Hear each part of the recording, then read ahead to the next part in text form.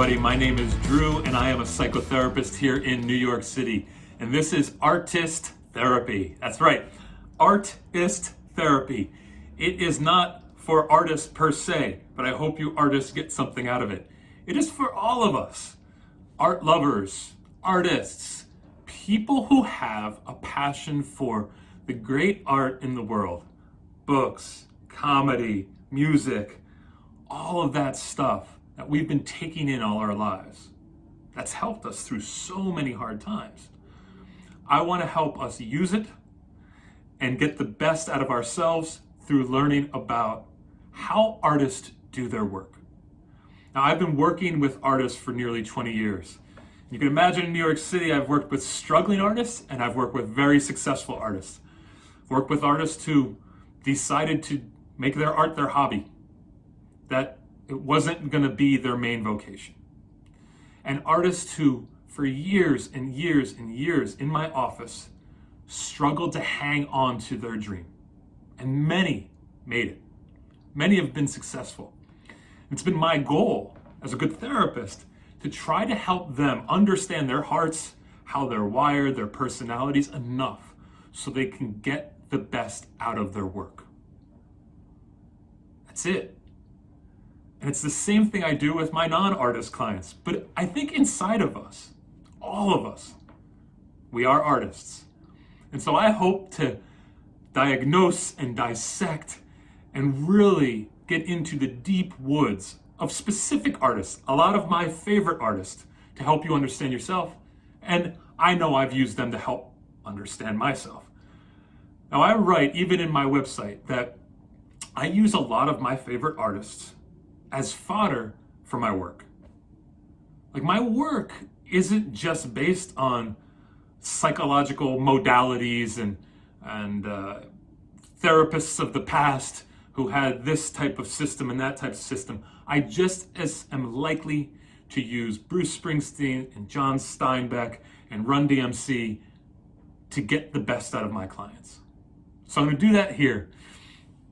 When we are suffering, we go to art to escape our suffering, to forget about our suffering, but also to make sense of it.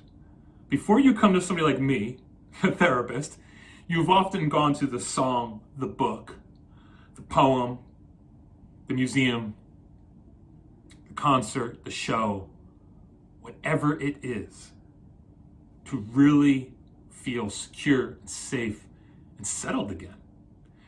And we want our artists to give us their best gift, and to do that, they often have to understand themselves very well to know how to give us that gift well. The artist will meet the reader, the audience member, the fan, where they are at. They will help us feel known in that way. They urge us forward. They help us unfold, that self-unfolding. It's a beautiful thing. Like, think about how much you've used art to understand yourself, to urge yourself forward, to feel hope, but also restraint.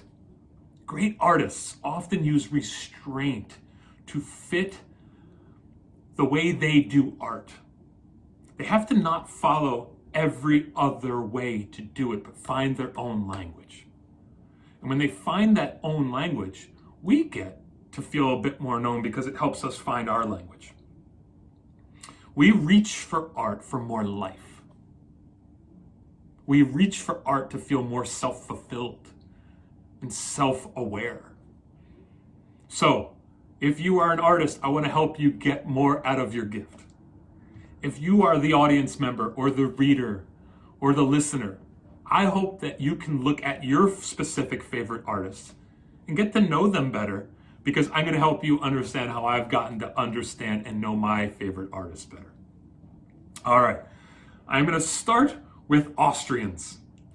This is not who we are focused on today, but we're going to use a couple Austrians to help understand the artist better. And Fritz Redl, you will never hear that name again, probably, unless you watch some more episodes, and I will quote him, talked about the initiatory act. He really tried to understand group dynamics and how groups work and which types of people are which kind of leaders. Evil leaders, healthy leaders, good leaders, bad leaders, leaders who led people astray and leaders who led people to the promised land. And what did the group look for? And the initiatory act is one of those moments of fear and trepidation that we all have been in which the initiatory act is an act of boldness and courage in the face of that fear. Riddle talked about how a leader will take that opportunity and face their own fears for the sake of the group or to manipulate the group. Now, I would say in 1976, we had a moment collectively as an audience. We weren't there for it, but we'd get the dividends for years after because a leader had a moment right up there north about 50 blocks, 40 blocks, something along those lines. If I really do the math, it is 48 blocks away. On the corner of 59th Street, Madison Avenue. A young man from Massapequa, 21 years old, came from Long Island, living in the Upper West Side, and he's doing demolition, construction. Sledgehammering and breaking buildings apart so new buildings can be built. And he's on his lunch break. And he's sitting on this corner, 59th and Madison. There's a little ledge there. It looks right in front of him as 59th Street. And he's presented with some fear and some excitement and the possibility of an initiatory act. It is audition night. Monday nights are audition night at the comic strip. Will he try it out? Will he not? Well, of course, we know that Jerry Seinfeld decided to make the decision to go that evening and try out a few jokes. And it started there. We got to reap the rewards after this person facing their fears, being bold, and using an initiatory act. And I question you, are there moments in your life where you didn't take the initiatory act that you wish you did? Or that you did take it and it changed everything? Jerry says from that point on, my sense of humor being validated is all I cared about. I didn't care if they liked me, the audience, or not. But did they like the material? He started with this love of comedy, love of making people laugh. But he had to face his fears. Now, there's another 21-year-old, years before that, 1905, around there, turn of the century, 21-year-old named Otto Rank, another Austrian. All right, I've given you Fritz Riddle and Otto Rank, two people that you will only hear about likely if you were a psychologist and you had to study psychology, or if you continue to watch these episodes about Jerry Seinfeld. He wrote this article, or this piece, an essay, on the psychology of artists. He's 21 years old. And he got the chance to present it to Sigmund Freud, who was older at the time and working on his psychoanalytical modality and how to understand psychology, the godfather of psychology. This 21-year-old gives him this presentation. And from that point on, for the next 20 years, Otto Rank was Freud's right-hand man. One of his most trusted allies until they broke 20 years later. And really got to sit at the feet of this psychological genius. Like a man who was trying to understand psychology in a new way. And Otto Rank was not only front and center, but he was the most valued and respected person in Freud's camp. Otto Rank took that initiatory act, an act of boldness, to give this paper, written by a 21-year-old, to one of the foremost geniuses in the area of the science of psychology. And it changed his life forever, as it changed Jerry's life to get on stage that first time. Comedy takes a lot of the darkness of this world. I know it sounds weird, but let me be a therapist for a second. I know Jerry wouldn't do this because it seems frivolous to him, but some of the things we struggle the most with, the comedian has a way to make it laughable, fun, and not to be taken so seriously. We need that as humans. We often need to not take ourselves so seriously. When you were in my office, let's take you seriously. But I will tell you this, that some of the best moments in my office have been where tears switch to laughter very quickly, or where laughter switched to tears very quickly. They are actually very closely unified. Our sadness and our humor. And what I think comedians do well, and especially Jerry, is take the ordinary, but sometimes painful, annoying, aggravating, frustrating things in life, makes them laughable. And we need that when we are suffering to escape, but also to understand ourselves better. Now, Jerry doesn't love the fact that people call him an observational comedian, because his point is all comedians, all artists are observational. It's redundant. And I would agree. But we do know that Jerry has a superpower of awareness. And I think the therapist has a superpower of awareness. I know when I was a young kid, I just was observing and ogling and staring, but like slyly, at everything that was going on and trying to understand human dynamics. Part of it was self-preservation. It was to keep myself safe from threats. But part of it was just, that's how I was wired. And the comedian is wired that way. They are wired to see the ordinary things and expand upon them, expound upon them. And we get to reap the rewards. Let me tell you about my relationship with Jerry. What I love about Jerry is all the irritations I have inside of me are affirmed by him. My social frustrations too. He is on the highway of anger, and some of us are just getting on the ramp to get on that highway, and we need a guide to see how our anger works, our hostility works, and how to channel it. It's a beautiful thing. It's one of the main things that I'm going to speak about in this episode. It's only one component of Jerry, but this episode is going to be devoted to that. But my relationship with this comedic Gandalfian character is that when I was 18, I'm nearly 43. I spent no more time in my life with a man, naked, picking my nose, farting, all of the things that you do by yourself, I've done in front of Jerry for 20 years. I've fallen asleep on him, I've made out in front of him, because I have watched an inordinate amount of the show Seinfeld. I started watching it when I was 18 years old. There is 180 episodes. This is probably more conservative than exaggerated. I have probably watched those episodes 100 times each. There's shame involved with me telling you this. Some lament. How much time I've wasted. Or how much I've gleaned. How much laughter I've had. How much, oh yes, me too, moments have I had. I will tell you the exact number.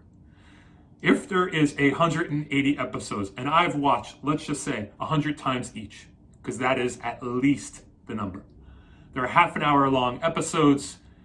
You do that math, that is 540,000 minutes, 9,000 hours, 375 fucking days of my life devoted to watching Seinfeld over a meal, after drinks, with my college roommates, with my brother, by myself when I'm lonely, by myself when I'm happy. Just moments to go hang out with friends. Not the show friends, the other four. What is there, 6 of friends? I don't know, it doesn't matter. There is 84 episodes of Comedians in Cars Getting Coffee. Let's just say they're 17 minutes each, give or take a few. I've watched every episode at least 5 times. That is another 5 to 7 days of my life. This is not including the YouTube interviews, watching old Letterman episodes over and over and over again that he was on, Carson, Conan, Jimmy Kimmel, Fallon. I've watched them all over and over and over again. It is not because I'm a sycophant. It's not because I worship at Jerry's feet. It's because there is something I get to understand about myself more and more as I hear him communicate, as I hear his jokes, as I see how he sees the world. Because it is in many ways how I see the world. But our vocations are different. He's getting a laugh. I'm trying to get intense, deep moments of connection with my clients, friends, and family. But in my office, we are laughing as much as we are crying. If not, twice to 3 times as much. Because life can be laughable. And all the plans you have, all the dreams you have, sometimes they're just laughable. They don't work out the way you want to. Your plan didn't go that well. And Jerry says, of course it didn't. Now, to combat that, I've read the piece by David Foster Wallace in 1993. It's an essay called E Unibus Plurum. Now, if you know what E Unibus Plurum is, you know that it means out of many, one. If you pulled out a coin in your hand, an American coin, or a dollar, it says that on every one of our currencies. It's on there, out of one many. And what David Foster Wallace was trying to say is that we watch, as a corporate group of Americans, way too much TV. He calls it this weird hate, need, fear, 6 hours daily gestalt. Gestalt is a consistent pattern. That is that 6 hours a day of TV he was writing about in 1993. Now you know that it is you and your phone 6 hours a day. And I will say, I watched a lot of Seinfeld, maybe too much. But can we use, hopefully, less than 6, less than 5, less than 4, less than 3, whatever it is that we spend time with the artists that we love to get more out of ourselves? I hope so. You know, that essay I've read 5 or 6 times on television and US fiction. That's what he's writing about. And he dissects not only the artists that we're moved by in television, but how much time we spend. And if we are going to spend that time, we better learn about ourselves in it. So here's what I'm going to do. This first episode is going to be devoted to Jerry's hostility, his anger. And I see anger as a category. It's a category of one emotion that has 1,000 different expressions, from peeved to rage-filled. And I think Jerry uses them so well. And I think anger is so misunderstood. People do not like using it, or overemploy it, or underemploy it. But I want to help us learn how to use our anger and get the best out of it, because it was a gift given to us in a way that not only moves our life forward, but profoundly changes us into a better, more whole person. And I think Jerry does this so well. So I'm going to use his art to help us understand about anger better. So I am not going to try to be overly prescriptive and give you all of these challenges and tell you how to be thinking about everything. But I hope to guide you into new ways of seeing yourself through the artist. So I want to focus in on anger. Now, the thing I love about Jerry is that we are angry about very similar things, ridiculous things. I don't love to see bangs on men. Or there's Jerry, he finds it disturbing also. And like our friend Stephen Patrick Morrissey from the Smiths, who says long hair is an unpardonable offense which should be punished by death. Making light of the little things. Punishable by death is an exaggeration. It's funny, sort of. Jerry finding bangs disturbing. It's things that I've thought about. And that's why we love the comedian. They just pull at those threads of annoyance and aggravation and frustration that we have, that we don't have voice for at times. And there is an unapologetic nature to the comedian and how they utilize and deploy their anger. As a therapist, I'd say one of the hardest things for my clients is to access and utilize their anger. They see it as like the negative emotion, the bad emotion. And next to crying in front of somebody, admitting that they have anger is the second most conflict I have in my office. I'll say, hey, are you angry right now? No, I'm not angry. I'm just frustrated. That's a part of anger. Anger is a category, and there's hundreds, thousands of words to express your anger.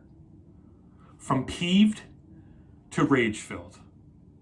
Frustrated, annoyed, aggravated, hate-filled, hateful. It's all there. So when we say anger, we're just talking about a category. Now we need anger. We need to know what we don't like, what we won't stand for, what we need to say no to in this world. And often, the best fights in this world are when we have harnessed and tapped into our anger to fight injustice, abuse. When we have felt powerless and we needed to find our power, we tapped into anger. Let's make this a little less intense for a second. Lori Loughlin. Remember Lori Loughlin? Aunt Becky, also a felon. She just got out of prison. She was in episode 3, season 9. Do you know what episode this was?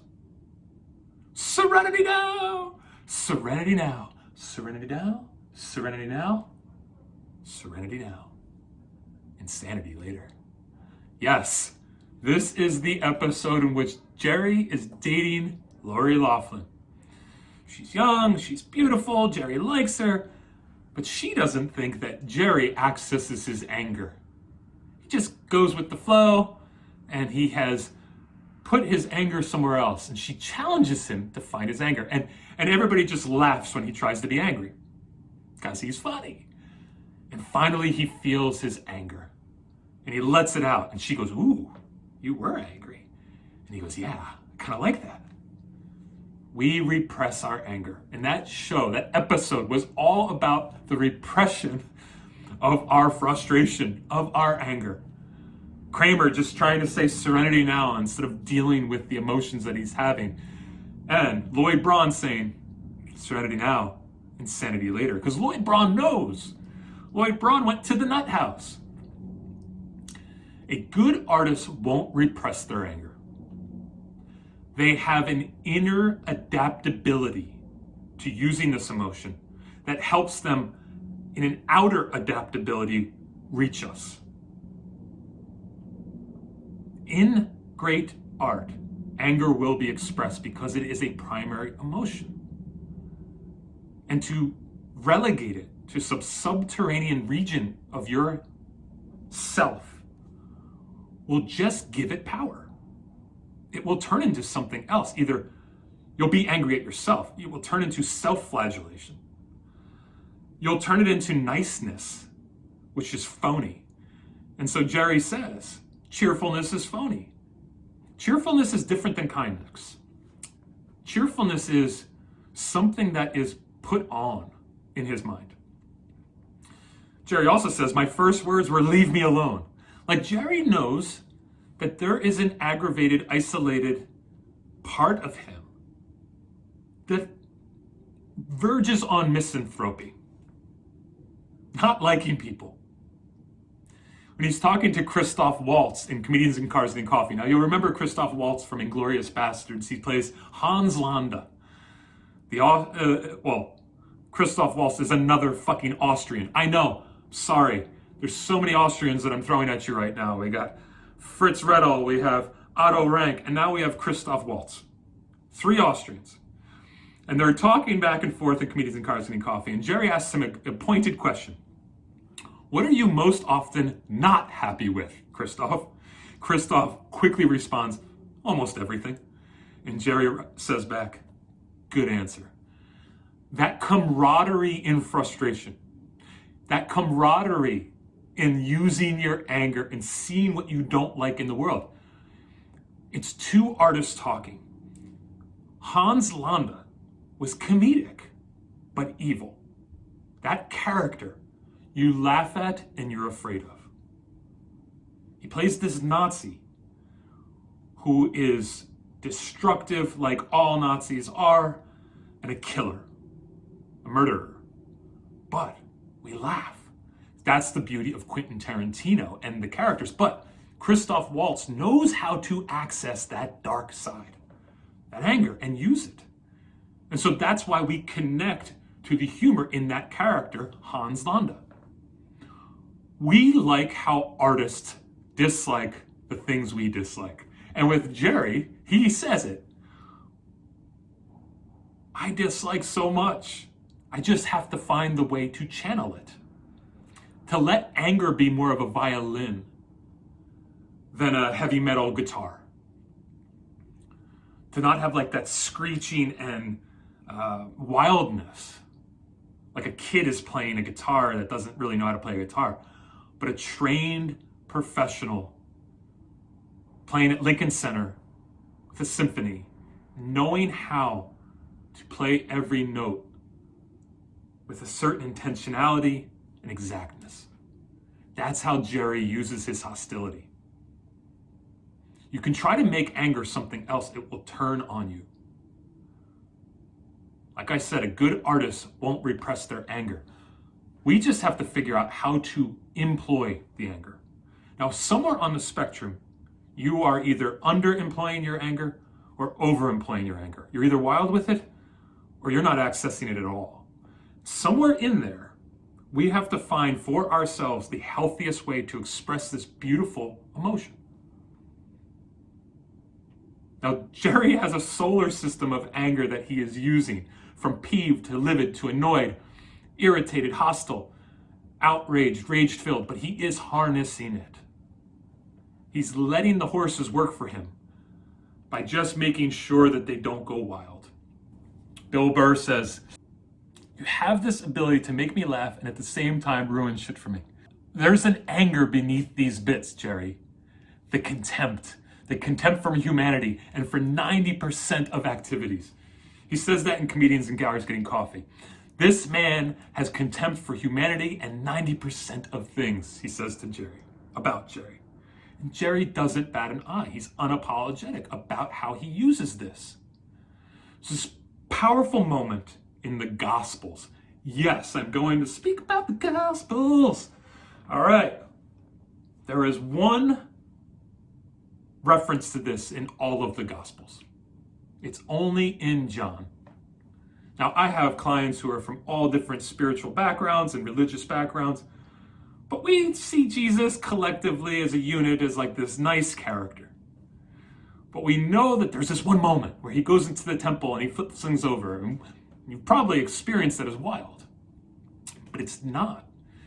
And I think the hint is in this one moment in John 2:15, where it said Jesus leaves the temple and fashions himself a whip, makes a whip out of leather straps. I don't know how fucking long it takes to make a whip with leather straps. But Jesus leaves the temple, makes it, then goes back in and flips things over, and it says he uses the whip to push everything out. It does not say only the animals, although it references them. The connotation is that he uses this on the humans and the animals. That is powerful, but it is harnessed. He doesn't just start flipping things over. He leaves the temple first, deliberates. Intentionality is used. Concentration on how I will use my anger. And there is no apologies for it in that book. He just pushes them out. We have to learn how to use our anger well in different situations and not relegate it to the basement or not elevate it to the attic where it gets this top billing on the top of our house. Somewhere in the middle is a proper way to use anger in a normal day. And then in extreme moments, we will have to use it differently. I think Jerry gives us this example, but what about happiness? This is the antidote, right? People want to find happiness. Every fucking book out there about happiness. I don't know how many self-help books there are on happiness, but but it aggravates me. It annoys me because I don't see happiness as a goal. Joy, yes. Peace, yes. Purpose, yes. Happiness, no. Because I think what people mean when they say happiness is a permanent state of shit not happening to you. That feels bad. Jerry says this in the episode of Comedians and Cars Getting Coffee with Stephen Colbert. Right across the Hudson River over there, they're getting coffee at a cafe and eating eggs, and there's cheese, and they were making fun of each other. And there's this moment where Colbert says to Jerry, how do you feel about happiness? Where do you rank it? And Jerry says, I feel it's a foolish thing to pursue. And Colbert looks back at him and says, suffering is a pretty good way to get to happiness. Now it ends there. But I think it's true that suffering, actually dark next to light, is what highlights joy, is what highlights those moments of elation that we have. I wouldn't call them happiness because I think people define happiness as this permanent state. And it's a foolish thing to pursue. We can pursue joy, though, and that's what the comedian gives us. These joyful moments of connection. So let's move on to dissecting anger even more. But know that we have to access it. So I think one of the main components or the lifeblood of Jerry's work is hostility. The use with craftsmanship of hostility. That he can animate his anger, that vibrating tension of what I don't like about the world is spoken with a smile and a smirk, where we can just wink and nod at each other and laugh about it. Now, opposed to when we hide our anger, we can Jekyll. I like to call it Jekylling. For me, Jekylling is when I let loose with my anger. It's not controlled. It's not well planned out. It's not well thought out. There's not a craft to it. The emotion just runs wild, and that can happen for me. For you, Jekylling might actually be the opposite. Might be that you withhold anger and push it down like that beach ball that you're pushing under the water, and all of a sudden it blows up every once in a while because you let it down because the arms are getting tired. Because you don't want to show that anger. Why do we say Jekylling? Where does that come from? It comes from Robert Louis Stevenson's story about Dr. Jekyll and Mr. Hyde. The curious case, this unpredictable, strange case of duality, of the division of good and evil. Written in the 1800s, it became a classic. You know the story at some level, but you might not know which one's Dr. Jekyll, which one's Mr. Hyde, and maybe you need to go do a Google search, but I'll just give it to you. Dr. Jekyll was a scientist. And he had cravings, lusts, vices, evil inside of him that he wanted to go indulge. But he was a good man. People liked him. He was handsome and he was tall. People respected him. So he could not go do this because he'd sully his reputation. Yes, I use the word sully. Every once in a while I pull that one out. He would ruin his reputation. So he creates this potion, because he is a scientist, that transforms him into Mr. Hyde.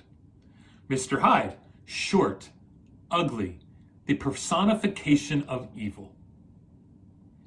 Mr. Hyde is going to indulge, and Mr. Jekyll can do that through Mr. Hyde while not having to really lose his reputation. So, just going to break it down for you.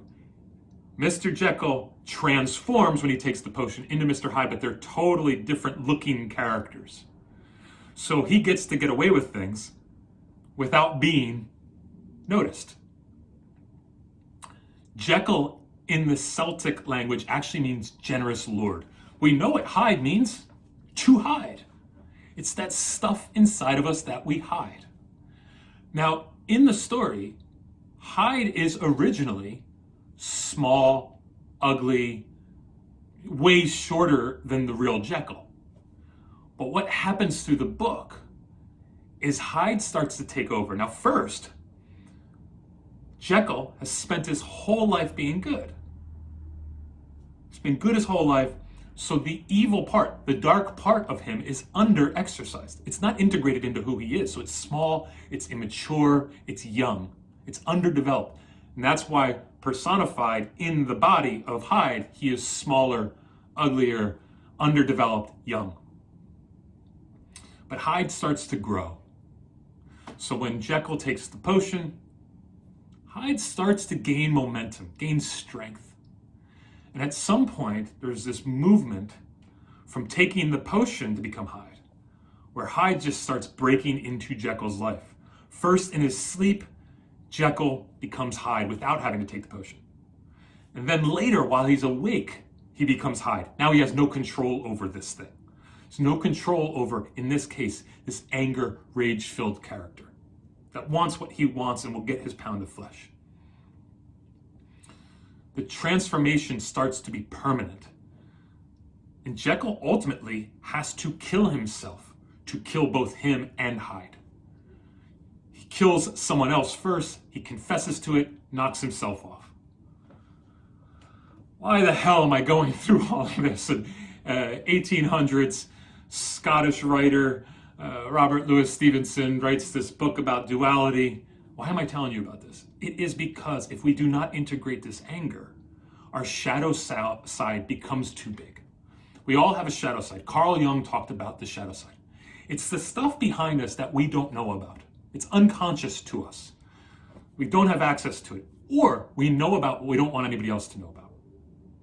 And the more we put back there, the more of the side of ourselves that we don't adequately enter into our consciousness and integrate, the stuff we despise because we feel like society or culture will not handle it well, the stuff when we were young, people didn't accept in us. And so we relegated it to another department of our life, this compartments, when we talk about people being compartmentalized. Some of that stuff's pure gold. It's the best part of our personality. It wasn't accepted early on, so we relegated it there permanently. We believe that the culture will not accept it. And so in the shadow making process that starts from day one in our life, things that aren't accepted by our parents or by our neighborhood or our town or our country or our state or our friends, we relegate it somewhere. But some of the God-given characteristics or the universe-given characteristics that are great in us can also be put back there too. But that stuff doesn't go away. It collects in the dark corners of our personality. And then it can take on a life of its own. Just like Hyde started to take on a life of its own. That's the narrative, is that when you do not access some of the darker emotions, feelings, parts of your personality, they go away into the shadow and they gain strength and momentum. Shadow life, if it accumulates too much energy, it erupts in overpowering ways. That is the story of the strange case of Dr. Jekyll and Mr. Hyde. What I love about Jerry's comedy is that the integration of some of the negative emotions, some of the negative parts of our thinking, the things we think will not get accepted by the world, he is unapologetic about. I constantly tell my clients, whether they're fans of Jerry Seinfeld or not, go watch Comedians in Cars Getting Coffee. What you are seeing is a man who is pretty unapologetic about a lot of the shadowy stuff that he's got going on. Maybe even too unapologetic. He has an operational, advanced way of using his anger. The reason I call it operationally advanced is because I think that there's a systemization of how he uses it. It's pretty channeled. There's restraints, there's steadiness, it's tactical. I don't know what that looks like with his family or his friends, but the thing we see is pretty steady. And there's a steady pursuit of the goal that anger has to give us. To not be so afraid of that emotion. The emotion we deem bad. And I know this from years of work, that so many of my clients deem it bad, or we're told that anger is not to be accessed. That the people in their life had power over them and didn't like the anger themselves, so weren't capable of helping this child utilize it well. Bill Burr later says in the same episode of Comedians in Cars Getting Coffee, they're talking about having their moods that are disrupted and deploying anger. And Burr says something to Jerry, and Jerry says, if I only had, or if I only went on stage when I was in a good mood, I'd have done 4 sets in my life. If I have only gone on stage when I was in a good mood, I've only done 4 sets. We must use this stuff to our benefit in our art and in our appreciation of art. Can you find the emotion that this artist is trying to help you access? This is what artists do so well. They help us access the subterranean regions of our person. Woo! Process that for a little bit. Take a second. Jerry says this, when I am working on a bit, I have to try to figure out, does this thing that I'm talking about annoy people the way it annoys me? That's such a big question in comedy. Does this thing that I am examining and dissecting and observing and pulling apart and finding the very right words to put together to help you connect with me about what irritates us, does it annoy you the way it annoys me? That's the question. And to do that, we have to access this anger. Lorne Michaels, the executive producer and creator of Saturday Night Live, says this, comedy is polite hostility. Comedy is polite hostility. How do we find a way to make what we are annoyed, irritated, cranky, hostile about palpable and palatable to the audience so that it doesn't overwhelm us and it doesn't make us want to reject the creator of that art, the comedian? Jerry says, irritability is an essential ingredient to comedy. If you're not easily irritated, it's hard to be funny. Anger makes us laugh. It just does. And we have to laugh at a lot of the most broken moments in our life because we have to integrate comedy just as much as we have to integrate anger. If you get anything out of this, I hope it is that anger is crucial to your emotional maturity, your emotional development, and how you use it. If you use it like a machine gun and not like a sniper, it can destroy your life. If you under-access it entirely, you will be destroyed by others. They will walk on you, manipulate you, take advantage. We have to find that right interplay, what we say no to. Jerry talks about knowing what you don't like. It's crucial to know what you don't like, and to do that, you need to know what irritates you. If I'm doing a bunch of accounting work and I don't want to be an accountant, it had to have irritated me to know that. That's anger. So anger. So this is my underwhelming challenge to you. Do what you're going to do. I don't know how much I care. I don't know you. But I would love if this world learned how to utilize anger better. To not avoid it or be afraid of it, but not to overindulge it. To find that right place where it could be harnessed and used to the benefit of not just yourself and the people around you, but to the world. I know it's grand, but I'm looking to make people and help people become big game changers in this world. Myself included. That's why I dissect this work. How can I affect the world somehow and use my anger to do it? It is one of the most utilized and accessed emotion I have to help me help you and others get the dysfunction out of their life so that they can be freed up to be purposeful. So, thank you for watching. I always say this at the end of any of the sessions I do. Everything is yet to be done. Everything. In the famous words of Rainer Maria Rilke. From here we go everywhere. Please subscribe. I'm going to keep on putting out material. this is just one episode in the Jerry Chronicles here. And so watch the next one. It's going to pop up on the playlist probably right now. And watch episode 2. Continue to understand how the comedian helps us understand ourselves. All right, guys, hit that little bell and you'll know when I have stuff coming up. Have a good one. I'm going to go grab a cocktail. Later, guys.